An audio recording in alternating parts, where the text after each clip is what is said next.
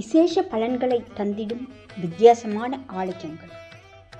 ஓம்காரேஸ்வரம் விநாயகரும் காளியும் சிவ வழிபாடு செய்கின்ற தலம். வித்தியாசமான அமைப்பில் நவக்கிரகங்கள், குரு பார்வை பெற்ற சாயா கிரகங்கள், ஒருவரையொருவர் நோக்கிடும் சூரிய சந்திரர்கள்.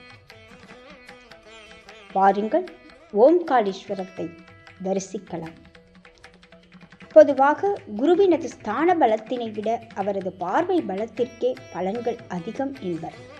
அப்படிப்பட்ட குரு பார்வையை பெற்றிடுவதற்கு நாம் சென்று வணங்க வேண்டிய விசேஷமான தலம் ஒன்றும் உண்டு. அதுதான் மயிலாடுதுறைக்கு அருகில் உள்ள குத்தாலம்.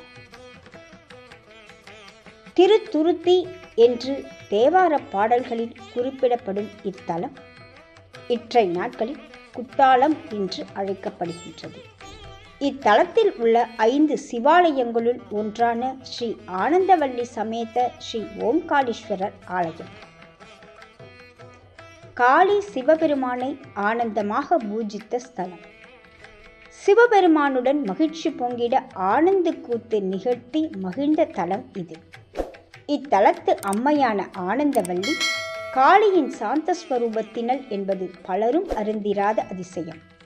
வித்தியாசமான அமைப்புடைய நவக்கிரக சந்நிதி இங்கு விசேஷம். சனைச்சரருக்கும் கேதுவிற்கும் இடையே குரு பகவான் அமைந்துள்ளதோ வித்தியாசமான அமைப்பு. குருவினது நேர் நோக்கில் அமைந்துள்ள கேது பகவான் கைகூப்பி வணங்கிடும் அஞ்சலி ஹஸ்த பாவனையில் இருப்பது குறிப்பிடத்தக்கது. குரு பார்க்க கோடி நன்மை என்பதன் அடிப்படையில் குருவினது பார்வை படும்படியாக நிழல் கிரகங்கள் அமைந்திருப்பது இங்கு குறிப்பிடத்தக்கது. சனி பகவான் மற்றும் சர்வ கிரகங்களான ராகு, கேது இவர்களினால் துன்பமுறுபவர்கள் இங்கு விளக்கேற்றி வணங்கி வர குருவினது சுப பார்வையினால் தீய பலன்களும் நற்பலன்களாக மாறுவது கண்கண்ட அதிசயம். அதேபோல் சூரியனும் சந்திரனும் எதிரெதிரே நேர் பார்வையில் இங்கு அமைந்திருப்பதும் குறிப்பிடத்தக்கதோ சிறப்பான அமைப்பு. பொதுவாக சூரிய சந்திரர்களின் கோபமான பார்வை கலப்பினால் உண்டாவது வியதிபாதம் என்னும் யோகம். 27 யோகங்களில் ஒன்றான இந்த வியதிபாத யோகம் ஒரு அசுப யோகம் ஆகும்.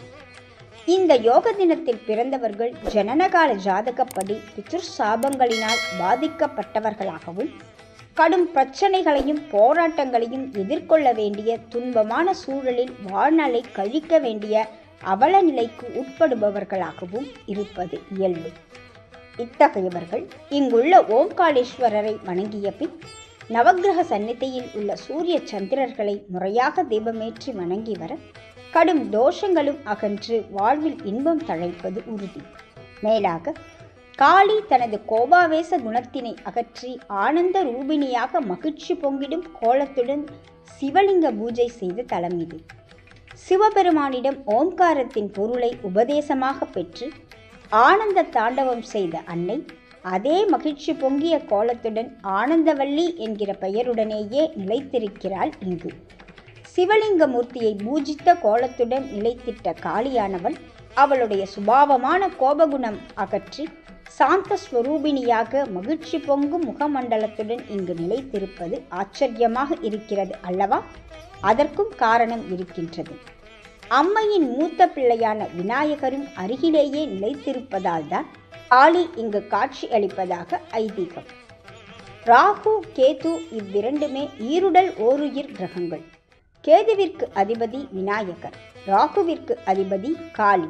இந்த இருவருமே அருகருகில் சிவபெருமானை வணங்கிடும்படியான இவ்வமைப்பு இத்தலத்தில் மட்டுமே காணவியல்பது. காளி மற்றும் விநாயகர் ஒரு சேர சூழ்ந்திருக்கும் இச்சந்நிதியில் தீபமேற்றி வணங்கி வர ராகு கேது தோஷங்கள் அகன்று சந்தோஷம் நிலைத்திடும். கிரக தோஷங்களினால் அவதியுறுபவர்கள் அதிகமான பொருட்செலவில் பரிகாரங்களை தேடி அலைவதை விடுத்து இத்தகு அரிய அமைப்புடைய ஆலயங்களில் வழிபட்டு பலன் பெறலாமே. குருவே சரணம்.